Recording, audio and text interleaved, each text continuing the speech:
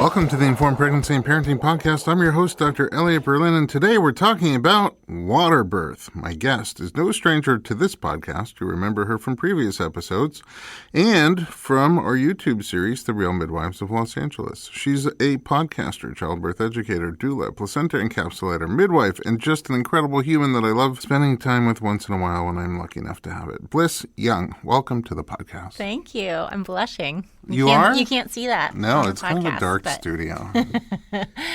It's for me because I'm face blind. I never know who I'm talking to. So let's talk about water stuff. First of all, your progression, just real quickly. You used to be like a plain old business person. I did. Yeah, I've had a few different lives, believe it or not. I worked in catering. I was a waitress. Catering. I worked in catering. Yeah. I was a waiter. Yeah, for a long time. We're samesies. And then actually I did that when I was 8 months pregnant with my third. That was interesting. Right. Wow. Well, at least you have a place to rest the tray. Exactly. You know? Yeah, I've been in corporate world. I've been in retail. So this is where it was always meant to be, but I've had a lot of different lives. It took me a meandering path to get to becoming a midwife. The cool thing is you're good at whatever you do. Thanks. I know you're good at being a midwife. I put my whole heart into it. You definitely put your heart into everything you do. I do. So now you're a home birth midwife. Yes. You deliver babies at home. You help women deliver babies at home. Am I saying that right? Well, I catch babies. You catch babies. The moms deliver the babies. Yeah, so they deliver them. You assist, you support, you hold space. Space. Yeah, I make sure that there's a safety container and witness and maybe even reflect back to her, that she really has everything that she needs within herself. I always learn stuff when I talk to you. That's my favorite part, I think. Let's talk about water birth. We had one. Did you ever have a water birth? No, I didn't. No, I labored in water for 2 out of the 3 births. Okay. My first labor was incredibly long. I ended up transporting from a birth center and had a forceps delivery in the hospital. So 8 years later, I got pregnant. And my second baby, we thought, could take just as long because they say if there's that much space, it could be like the first time, right? Yeah. Well, that baby came in 2.5 hours. Oh, my goodness. Wait, how long was your first? 36 hours. And samesies again. Yes, we're twinsies. Yeah, our first one was super long. We expected another super long one. It was 2 hours and change. Yep. And so the midwife did not have time to set up the tub. She came in and they were rushing around to try and get the tub set up. And I was like, I have to go to the bathroom. And you know what that means. I know what that means. She knew what that meant, but I didn't think I knew what that meant. That's a different kind of water birth. And she said, let me check you. And she said, you're not going to make it into the tub. It's time to push your baby out. So I delivered in front of the Christmas tree for that one. It was lovely. Aww. And then for my third one, I was like, you know what? Everybody was so busy rushing around trying to get that tub together. It was so frantic that I was like, let's just not, and I'll labor in my own bathtub. And so I did. And then now that I've seen Ricky Lake deliver in her tiny little bathtub, I could have done it. Yeah. But I thought it was too small, so I got out and delivered in my bedroom. So interesting. So you had water labor. I loved the water in labor. But loved it. But not water birth. No. So there's some midwives that will say you shouldn't get in right away, and they kind of like control that part a little bit more. And I do educate my parents that, it could slow things down, but that's really up to them. Mm-hmm. Sometimes when you're having a 2.5 hour labor, you might want to slow things down. That might feel good to you to kind of slow that down, right? So I always tell people, I'm not going to tell you can't get in the tub, because if someone told me you can't get in the tub, I would have been really upset. Yeah, that's true. Especially if her urge and instinct is like, I really want to get in there. It made me feel like I didn't even have contractions, literally. Wow. Yeah, my third labor, I don't really remember having pain, quote unquote. Like I remember being in labor and there were people around and I definitely had a baby, but I don't have a recollection of having it be a painful experience. I'm going to try that if I get food poisoning again, because I was very aware of my contractions. Maybe I just needed water food poisoning. That doesn't sound as dreamy. Maybe I need to have food poisoning by the Christmas tree. I don't know. Maybe I just need to eat better. Maybe. That's it. We did have a water birth, 1 out of 4. So there's a lot of the shower, in the other ones. But for the 4th one, we did it at home. And Alyssa really wanted to get in there. But it was moving really fast. The second one? The 4th one. The 4th one, It was like, I think just over 90 minutes start to finish. Wow. Yeah, that's intense. And our midwife came about halfway through. So she was there maybe for 45 minutes. And at some point. She's like, oh, you're doing really nicely. She's like, Elliot, if you think you guys really still want to have the baby in water, now is a very good time to start filling that tub. Yeah. And she was in there maybe 15 minutes and the baby came out. Yeah. Did she love it? She did love it. Yeah. It was very cool. And it was this like incredible moment that I don't have any faces in my mind. Like I'm face blind, so I can't picture them. Yeah. But the one face picture that is kind of etched in, I think, a different part of my brain is that little guy, our fourth kid, when Alyssa like brought him up to the surface of the water, and then I saw his little face come through. Yes. That one moment. And then he went... and took a little breath. That one moment is, I can see, not his face now, but his face then. Yes. Is like, it's the only image of a face that I can recall. Oh, that's so beautiful. Incredible moment. That's so beautiful. Yeah. And I was like, past the loofah. Okay. All right. Let's talk about waterbirth. There's a whole bunch of things to talk about. First of all, setting. Where can you have your baby in water? Can you do it at a hospital, at home, at a birthing center, in, a U-Haul truck? What's the options? Well, I guess you could do a U-Haul truck, but that would be kind of cool. That would be very interesting. I'm most familiar with, obviously, home birth and birth center because I owned a birth center for a certain amount of time. Yeah, a cool one. Yeah. Trendy, awesome. I miss that. I miss that. I miss it sometimes, too. I have seen women labor in tubs in the hospital here in LA, but I have not heard or experienced anyone delivering here. I think that there's a lot of policies around being able to actually deliver in the water, but more comfortability around laboring in the water. And even then, but not so many hospitals that have even tubs to labor in. Correct. Just and a it's handful. Limited, too, so you may not always be able to. But, that might not be true across Right, so the here, globe. I'm just saying here in Los Angeles, Yeah. I know that there's just really one hospital where I see people labor in water, but I think they have like 8 out of 30 rooms that have a tub. Mm-hmm. And even if you get a room with a tub, there's rules about if and when you can get in and out of the tub that are Restricted. pretty strict. Yeah, it's not like you said, well, I don't think you should get in, but if you want to get in, get in there. Yeah. That reminds me, by the way, of a birth I was at for a doula. So I was her doula back when I was doing like the full birth doula situation. Mm-hmm. And I love being a doula for a doula because they know so much and it's really hard to get them out of their head sometimes. Yes. And I love that challenge of being able to get her out. And so in her case, she was kind of like 2-3 centimeters, but she really had the urge to get into the tub. Yeah. And her midwife, she's like, it could slow things down. We're not that progressed yet, but you just got to listen to your instinct. And she just jumped in the tub. She's like, my instinct says get in the tub.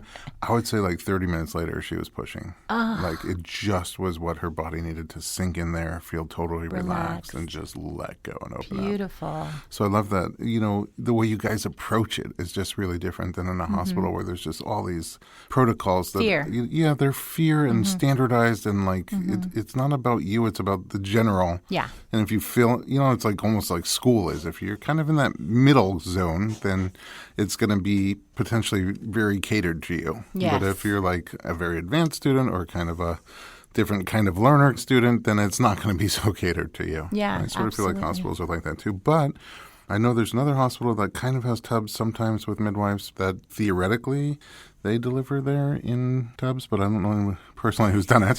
Yeah, that's what I'm saying. It's like an urban legend, right? Like yes. You can, but have you met anybody? There's so many policies on it. And then, do you know Dr. Benta Kaiser? No. Hollywood Presbyterian Hospital. She was on our podcast recently, and she's the chief of OB there. And she's been advocating hardcore for them to bring in tubs and let them do water labor and water birth. Mm-hmm. So I don't know. I hope there's maybe a trend moving in that direction. So hospitals, I think in general, there are some hospitals with birthing centers in this country attached to them or part of them where you could have it, but it doesn't seem to be the most popular place to do water birth. Yeah, I think in the 70s there was a big push for it, and That's a funny way to put it. There was more happening, and then it started to reverse back in the 80s. So maybe it will go back again. But I always say that the way that there's going to be change in the mainstream is from the families, from the women really requesting it and, saying that this is an important factor in where they choose to deliver, that they have the option to deliver in water if they want. Like any other business or industry, if the consumer demands it, then eventually the market will respond. Absolutely. So in a birthing center, like the one that you had, for example, then people come at a certain time. to the birthing center. Yeah, when they're in active labor. When they're in active labor. And then in your case, the tub was built and it was a nice big tub with rose petals in the picture. Not always at the birth, but yes, in the pictures. Yeah. And it was big enough so like you could do stuff in there. Yeah, I mean, I think that's the benefit of having either our birth tubs that we bring to the home or the ones that are in birth centers is that they're designed for that and they're big enough that you can maneuver around and get into good positions and maybe even have someone in the tub with you. Whereas sometimes like a tub in a home is not necessarily always that big for that. The ones that we bring to the homes and are inflatable are nice because they're soft. So they have a soft bottom. So if you want to be on your hands and knees, you have cushion and you'd have to kind of create that same thing in your own tub at home because they're hard. Great. I want to get into the nitty-gritty because I feel like there's a lot of different birth tub options at home. Like if you go to the hospital, it's usually whatever they have. If you have a birthing center, it's whatever they have. But at home, you do have a lot of options. So let's take a quick break. When we come back, we're going to talk about all sorts of different labor tubs. Don't go anywhere. We'll be right back with Blyss Young.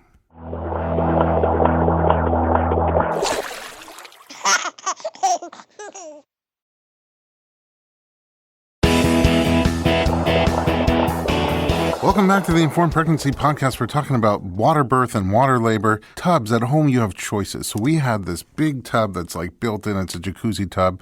I don't know who built this house. They thought we'd have lots of parties in water, I guess. It was perfect for us. Awesome. Right? Meant to be. Yeah, but I hear a lot of people say, like, I want to do water birth, but I have this just like standard tub. Right. Or a small tub. And that's what you said with your second and third, I guess. You had that small tub, but didn't get in there because you thought, I can't have a baby in there. Well, I did labor. I just didn't push. You got out for pushing. Yeah. But you could, really. I could have, yeah. In general, when people are considering tub, is there a reason why they don't just use that one? The regular tubs that don't have the hard glass around them, you know, in some apartment buildings, there's like the sliding glass doors. Oh, like the doors, yeah. Those are not good because if we needed to get in for an urgent situation, it's very difficult to maneuver around them. So that really is my only like, But if it's just open? No, if it's open, it's totally fine. The only thing that I would say is that the deeper the water is, the more ability she's going to have to be able to choose whatever position she wants. Right. In one of those small standard tubs, probably the best position would be on her back. Just sitting back like you're normally in that tub. Right. Because if you're on your hands and knees, the baby might not be submerged in the water. Yeah. And that's the main concern with water birth is that we don't want the baby going in and then back out of the water. We want the baby to be completely submerged throughout the process. Okay. And also, if she's on her hands and knees in that position, she's probably not that much in the water. I mean, just comfort-wise, it's not warm and all. Yeah. And soft. Yeah. You know, those tubs tend to be hard. Yeah. So then you could also have the inflatable tubs that you blow up. Right. With like a pump, usually. Air pump. Like the one that you would use for a mattress. Or floatables, in the pool. Because people ask me, can I use one that I blow up like a ball with? I'm like, no. No, that's going to take a very long time. I had a dad one time I walked in and he was trying to blow it up with his mouth. Oh, that's the worst. He's so sweet. Hyperventilate. So cute. I was like, we have a tool for that. There's so much air in those tubs. Let me help you out. Oh, my goodness. And they have little seats in them that you could sit on. Some of them, yeah. There's the range is incredible. The ones that I use. They have handles that can help you if you want to pull on them to have some traction. I saw one with like a cup holder. They have little cup holders, but I always joke with people about it. It like holds a beer. Like what? Yeah, I don't know. Red wine, I guess. It's so tiny. But anyways, I don't know if you're going to be having a beer, but that's about it. All right. Well, it's multi-purpose. Maybe once you buy it. And that's the other thing. You could buy it. You could rent it also. Yes. And the rentable ones, they have these ones that can stay heated. How does that happen? It has an internal heater to it. So they're really heavy, but that could be an option if someone was kind of concerned about like, how's it going to stay warm? And I don't want you to be adding water and bailing water out, which sometimes we have to do to keep it warm. If it's a longer labor. So that is usually an option. Is there a temperature that's ideal? Body temperature. Oh. Yeah. Body temp. So it should just... a little less than 100. Okay. Yeah. Like when and you're not too cool. Filling it up, you have a little thermometer in there and you just like... Yeah, I mean, a lot of people use a thermometer. You just do it by hand? Yeah. I kind of so just spiritual. know this feels about right for a baby. And babies need to be warm when they transition. Like when we just do a birth in general, you want to make sure that the room is warm. So that's one of the reasons why we want the water to be like body temperature, because they're in water. Oh, for when the baby comes in out. utero, yeah. And so when they come through, it's less of a shock to their system. The transition is very gentle, which is one of the benefits. I've been to water births where somebody fills up the tub. Sometimes it's a loving partner who's trying to do a lot of things at the same time. Yeah. And they go fill up the tub, and it's just too darn hot, especially like in an apartment complex where there's endless water, hot water. Yeah. And then we've been like post-mating bricks of ice. I've heard a lot about ice going in the tub. Try to cool it off. I mean, this Yeah. particular birth I'm thinking about, she never got in there because it just never got to a good temperature. Yeah. And she was fine. And like, I don't even think she realized that's what was going on. She just asked once or twice, is the tub ready? And I'm like, no, not quite yet. Yeah. And Yeah. we're waiting for Postmates to get there. Aw. I had a birth recently, and the tub, when she touched it, she wanted it cool. And then when I got it to the temperature that I knew it needed to be, she put her toe in. She was like, that's too hot. She was just overheated, you know? And so she never actually made it in the tub. But Yeah. Well, it's nice to have one where you can set the temperature and try to keep it there. the only thing I want to say about, while we're talking about different types of birth tubs, Yeah.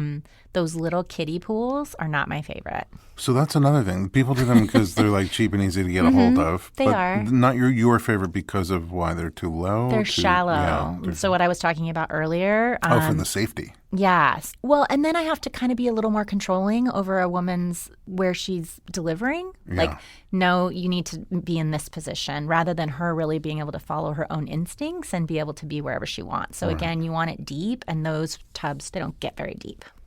We were at a birth not too long ago where they had a cool tub sunken in, Yeah. where you just like walk down and get in that tub. That's a cool tub. The that you one we can't were really- at? Yeah. Yeah.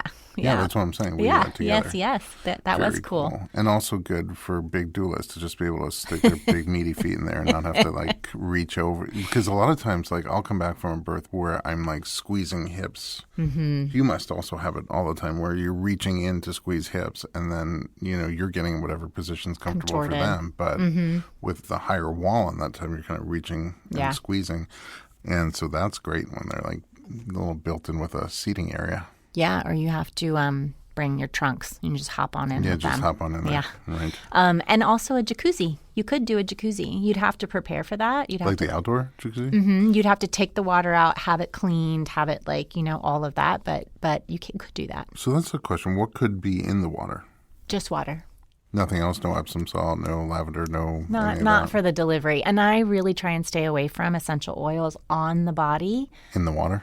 In general, general. in birth, because I think it affects the baby's ability to smell what mom smells Oh, like. that's so interesting. Yeah, so Did not ever hear diffusing, that. diffusing in the room I think is great, but Not on her body? I stay away from it being That's on so her interesting. body. How many times am I going to say this? How I learn new things every time. Like profound, never thought of these kind of things. Yay. So nothing in there. So then, because I Crystals. also... I had someone pull their crystals in. That's fine. Ooh, crystals in the Yeah, you water. could put crystals in the water, but anything else. And some people like to filter the water, which is totally fine if that feels important to you. No fuzzy ball, like the fizz ball. No fizz balls. But I've had people labor also in their in-ground hot tub outside by the pool Yeah. for labor, Yeah. but not delivering. As long as she's intact, so her bag is intact, she's not ruptured, that would be fine. Yeah. Yeah. And sometimes in the pool itself, Yeah. swimming around. Warm. Totally. And Oh. some women like to be cool. One more thing I like about to be cool. during labor. No, just in life.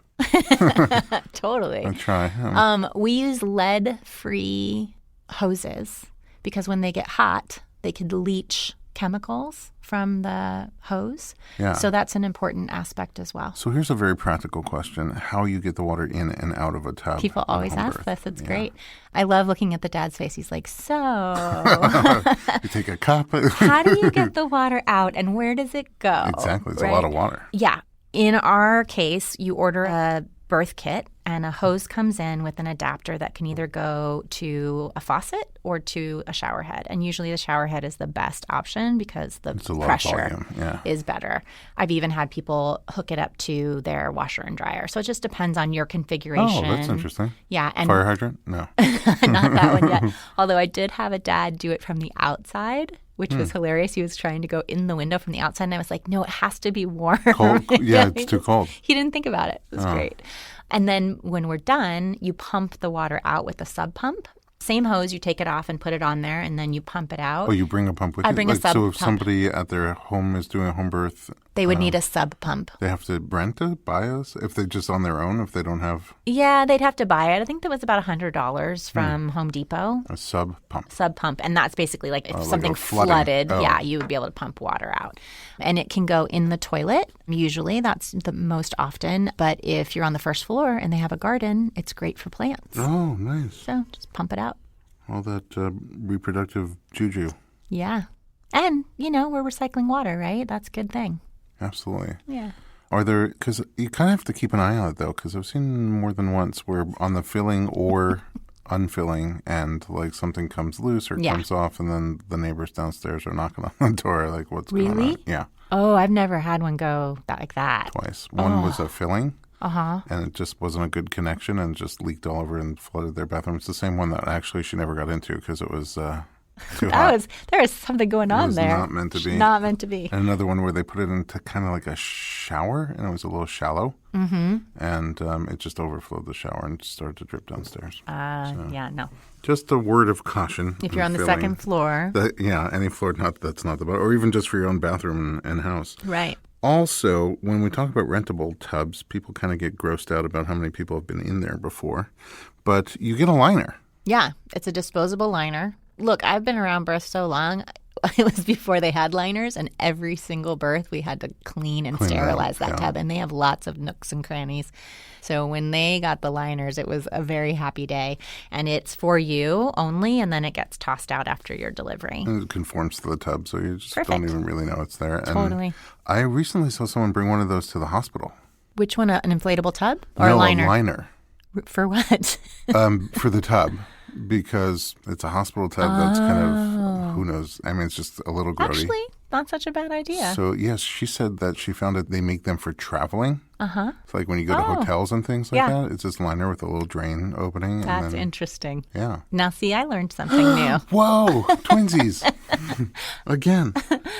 Gosh, I have some more questions about birth. Before I take one more break, I do want to ask you one question, which is this. People sometimes, they're going to have a hospital birth, they're going to go to the hospital, but they want to labor in water. Mm-hmm. But when you guys are around, in the next segment, we're going to talk about some of the risks and benefits and some of the things that you do while you're in water. But they're monitored kind of by you or a midwife assistant at home. Like, are there any things to consider in terms of safety, like when to get in or when to get out? People who shouldn't go into water and labor at home? Just...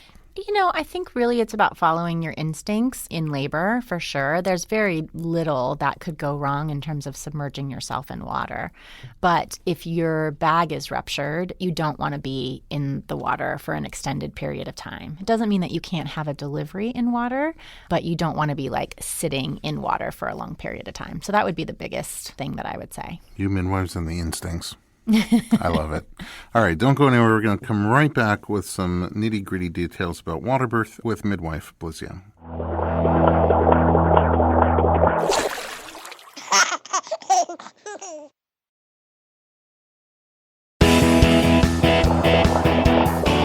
Welcome back to the Informed Pregnancy Podcast. We're talking water birth with midwife Blyss Young. Okay, why would someone want to get into water? Just in terms of laboring, you're not talking about delivery necessarily. Just Either or, yeah. Yeah.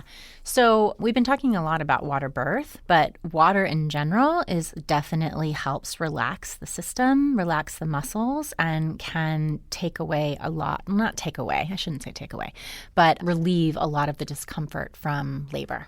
They call it the aquadural. Yeah, they do. It kind of looks like that for people, I think, especially who like a warm, comfortable bath and are used to it, conditioned to it, almost Pavlovian. They get in there and all of a sudden it's like, yeah, exactly. Yeah, it's great. I see people sometimes just really get out of their mind. Like they're thinking about everything. How intense is this? How much longer it's going to be? How long was it?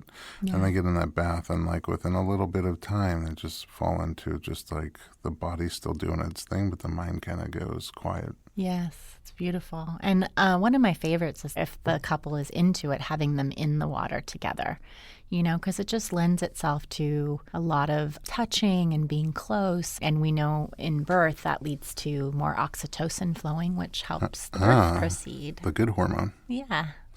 Can water do something similar? Like in the shower without being submerged?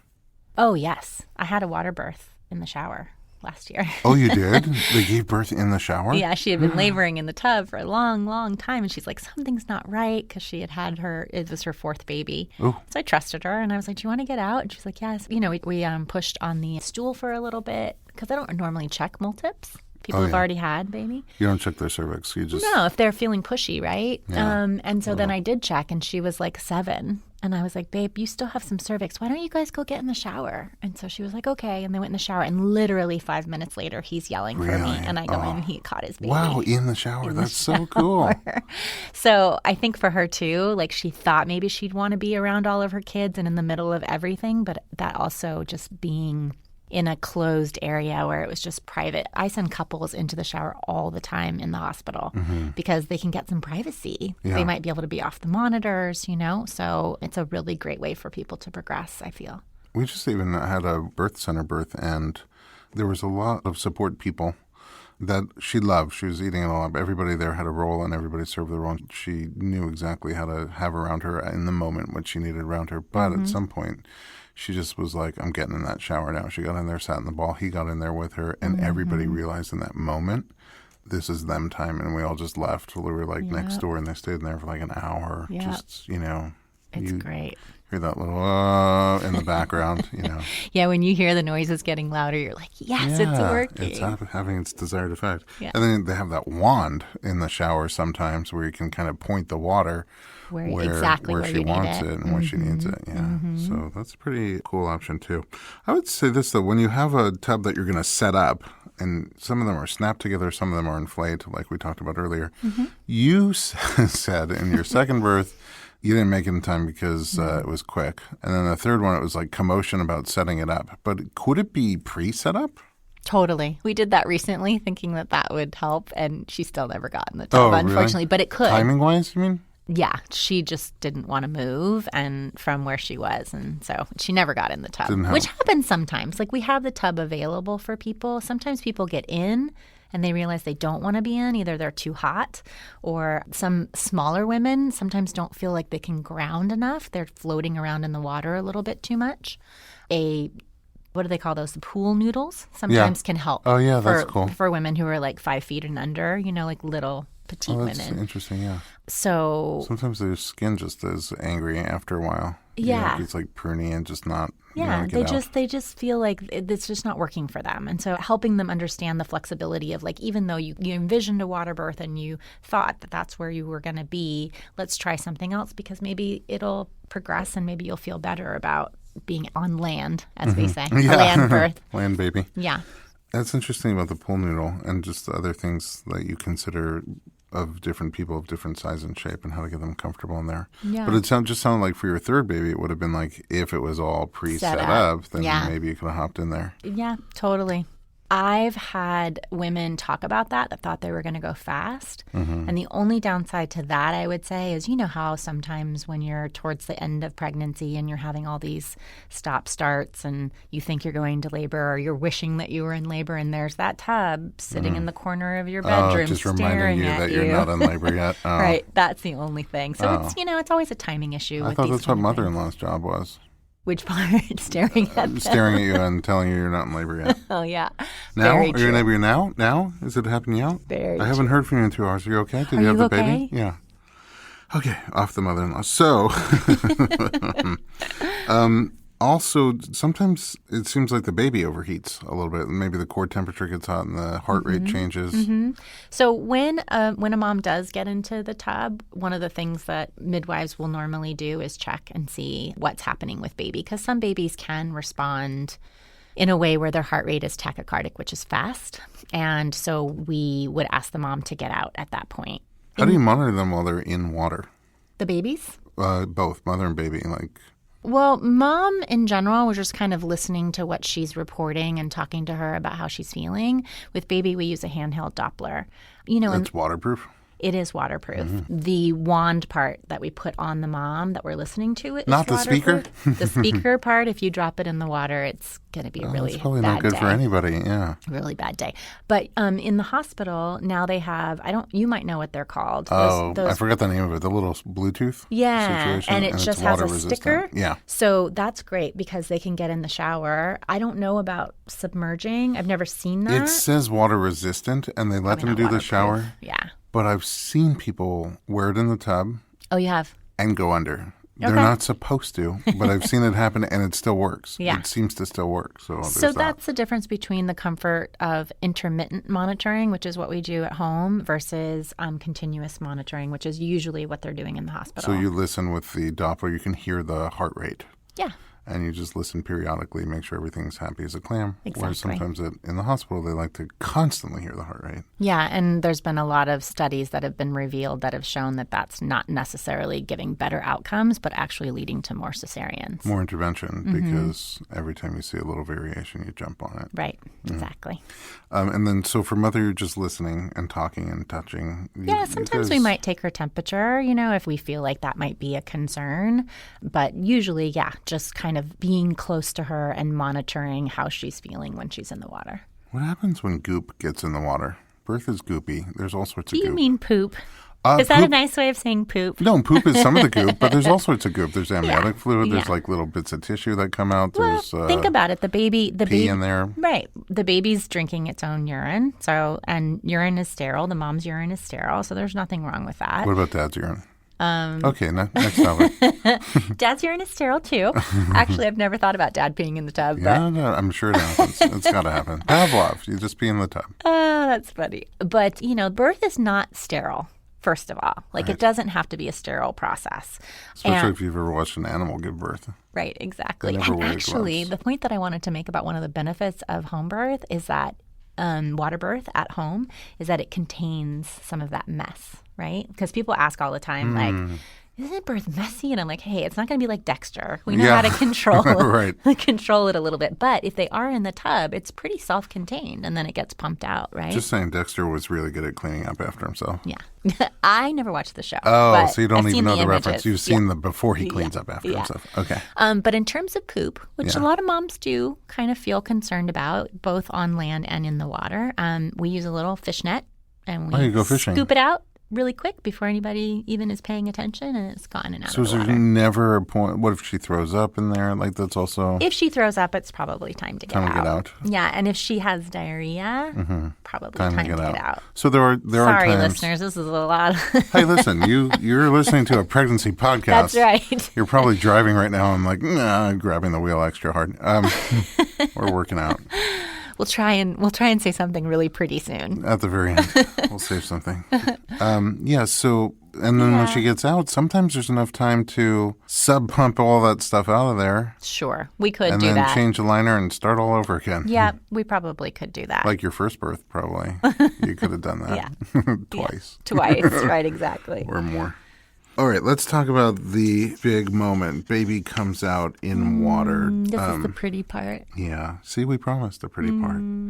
First of all, just the mechanics. I think it's very hard for people to understand. If you put your baby submerged in water, bad things are going to happen to them. So why doesn't that happen at birth? Because babies are breathing amniotic fluid. That's what they're doing in utero, is they're in water, and the water is going through their system.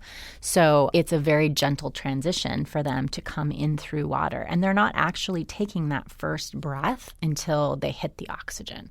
So that's why the most important safety thing is that the baby doesn't go in and out of the water. Right. So once the lungs inflate and they start breathing, then you can't put them back underwater. Exactly. Or they'll have the same problem that we have if we're stuck underwater. Exactly. Yeah. So that's why all those things you talked about, a shallow tub are not great, or those tubs where you can't get in there and help out if you need to. Yeah. How long would you keep them underneath before you bring them up to the surface? That's the question that most midwives kind of diverge on. A midwife that taught me was like, what's the point? Like, why do you need to keep a baby underwater? Pictures. You know, like sometimes you do get beautiful pictures with the baby's eyes wide open. Especially with the GoPro underwater. So amazing. But I don't know that I have a particular time. Again, for me, it would be instinct. I think not feeling nervous and not rushing that process is definitely okay, to just kind of have it be gentle. You can even take a moment to look at the baby and kind of sense what's happening. I was just listening to another podcast on the way over here, actually, and she was talking about the transition of a baby. And what she said was, we want everybody in the room to be breathing, right? Because if you're holding your breath because you're nervous, the baby's going to sense that too. So I think that trusting the process, that this is a gentle transition from in utero to out of utero, and the baby is actually coming into the world for the first time. So if everybody could just kind of slow down and take a deep breath, that's going to be a beautiful experience for everyone. You do so many births. Sometimes when you do something for a long time, you get burnt out. But if people at home could see the glow on you right now as you're talking about birth, you just have such like your happy place. I love water birth too. And the other thing about water birth is that I tell parents, it's harder for me to be right up in there in the water, right? Unless I'm in the tub, which I'm usually not.